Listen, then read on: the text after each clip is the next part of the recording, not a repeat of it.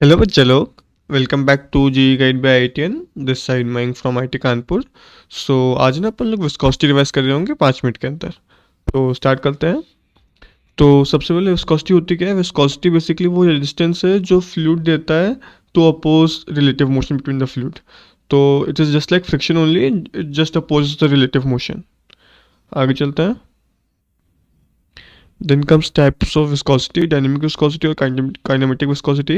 dynamic viscosity वो जो अपन लोग अभी इस चैप्टर में पढ़ने वाले हैं आगे जाके, which basically measures internal resistance to flow। और kinetic viscosity basically कुछ नहीं है, जब अपन लोग dynamic viscosity को density से डिवाइड करते रहे then it becomes kinetic viscosity। ठीक है, आगे चलता है। इसके बाद अपना viscous force. Viscous force basically वही फोर्स है जो फ्लूइड लेयर्स के बीच में लगता है, जो कि अपोज करता है रिलेटिव मोशन को। It is given by eta A D we by D Y, where eta is my coefficient of viscosity, A is the area of cross section and D we by D Y मेरा velocity gradient है। ठीक है, तो ये मेरी coefficient of viscosity का dimension है, वो इंपॉर्टेंट होता है, that is M L minus one T M minus one, इसको ध्यान रखना। और जो इसकी एसआई यूनिट होती है वो पास्कल सेकेंड या पॉइजली होती है, और 1 पॉइजली इज इक्वल टू 10 पॉइज। और जो मेरी पॉइज है वो सी जी एस यूनिट है, तो इसको भी ध्यान रखना, थोड़ा इंपॉर्टेंट है ये। आगे चलते हैं। इसके बाद आता है इस पे कुछ न्यूमेरिकल एग्जांपल्स। बेसिकली जब मेरा कोई ऑब्जेक्ट पड़ा है और वो बेसिकली एक फ्लूइड लेयर के ऊपर है, तो let's say that object is moving with velocity V. तो जो मेरा फ्लूइड है उस पर एक विस्कस फोर्स लग रहा होगा अपोजिट डायरेक्शन में, ताकि वो रिलेटिव मोशन को अवॉइड कर सके। तो अगर मेरे को उस ऑब्जेक्ट को कांस्टेंट वेलोसिटी चलाना है तो मेरे को एक्सटर्नल फोर्स उसको प्रोवाइड करना पड़ेगा जो कि उस विस्कस फोर्स को ओवरकम कर ले। So that external force should be equal to again same eta A into velocity gradient. Velocity gradient is v divide by gap. This gap is nothing but the thickness of that fluid layer and v is the velocity with which my object is moving. तो fluid की upper layer भी इस v velocity से move कर रही होगी और surface वाली जीरो से मूव कर रही होगी, तो डेल्टा v हो जाएगा, और gap is the thickness of that layer. So eta A D we by D y ये मेरा एक्सटर्नल फोर्स होगा to keep the object moving with constant velocity. Similarly incline plane पे यही फोर्स होगा eta E d we by D y. यहाँ इस case में external force m g sine theta के इक्वल होगा, तो बेसिकली इन दोनों को अपन लोग इक्वेट कर देंगे। यहाँ पे अपने को जेईई में सवाल कई बार पूछा गया है, इसमें से आप कोई एक चीज़ आपको बेसिकली एमसीक्यू के फॉर्म में पूछ लेंगे, बाकी सब चीज़ आपको दी होगी। तो आपको बेसिकली विस्कस फोर्स को एक्सटर्नल फोर्स से इक्वेट करना है।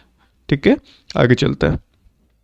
इसके बाद है अपनी Poiseuille's equation. Poiseuille equation basically अपने को बताती है कि अपना कितना वॉल्यूमेट्रिक फ्लो रेट है when the fluid flows through a pipe, जिसका area of cross section constant है और एक तरफ प्रेशर P1 है एक तरफ P2 है।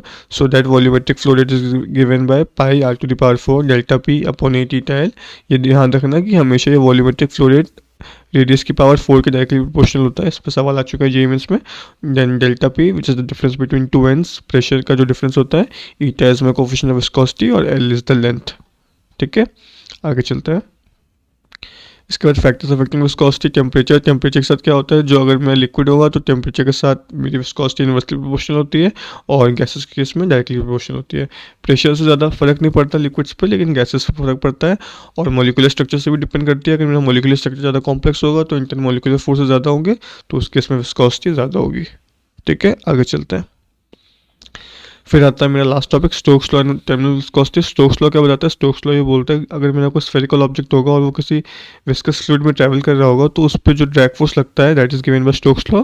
That force is 6 pi eta are we, where R is the radius of that sphere and V is the velocity जिससे वो मूव कर रहा है। तो उस पर एक ड्रैग फोर्स लगता है that is given by 6 pi eta are V. अब उसी को जब ये ड्रैग फोर्स लगता जाएगा तो एक टाइम ऐसा आएगा जब मेरा जो ऑब्जेक्ट है वो एक टर्मिनल वेलोसिटी अचीव कर लेगा, जिससे वो कॉन्स्टेंटली मूव करता जाएगा। सो वो terminal velocity is given by this formula which is 2r² g rho s minus rho f divided by 9 times eta, where my rho s is density of sphere and rho f is density of my fluid। अभी कैसे आती है, इसका भी derivation है। Basically जब आपको कोई स्फेरिकल ऑब्जेक्ट नीचे मूव कर रहा होता है तब उस पर नीचे की तरफ ग्रेविटी का फोर्स लग रहा होता है और ऊपर की तरफ दो फोर्स लग रहे होते हैं, एक बायंसी फोर्स और एक विस्कस फोर्स। तो buoyancy force is given by density of fluid into volume displaced into g, और ये मेरा विस्कस फोर्स जो मैंने आपको बताया 6 pi eta are we, where v is my terminal velocity.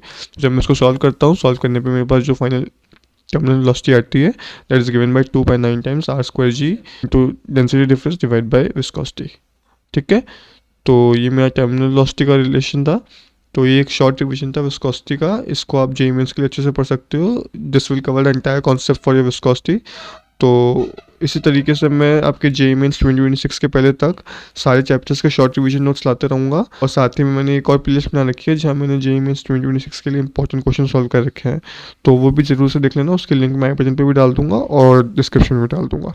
तो इसी काइंड ऑफ कंटेंट के लिए चैनल को सब्सक्राइब करके बेल आइकन दबा देना ताकि मेरा आने वाला कोई भी नया वीडियो आपसे मिस ना हो। ठीक है, तो आज के लिए इतना करते हैं, बाकी अपन लोग अपने नेक्स्ट वीडियो में मिलते हैं।